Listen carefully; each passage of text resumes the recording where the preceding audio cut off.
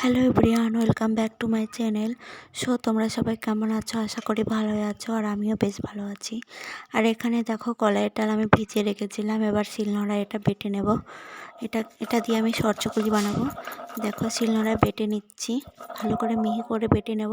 এটা তোমরা মিক্সারেও বাটতে পারো, কিন্তু আমি শিলনোড়ায় বেটে নিচ্ছি।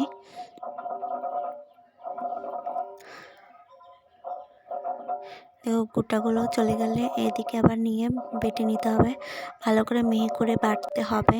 তো দেখো, আমার বাটা কমপ্লিট হয়ে গেছে। এবার তুলে নেব। তুলে এটাকে আমি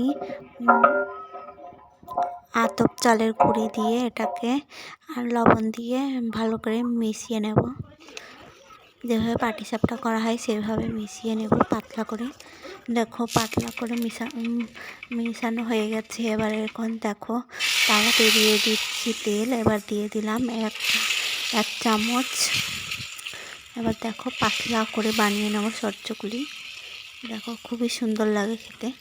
তোমরা কারা কারা এভাবে বানিয়ে খেয়েছো আমাকে কমেন্টে জানিও। দেখো, কতগুলো হয়ে গেছে। দেখো, খুবই সুন্দর লাগছে।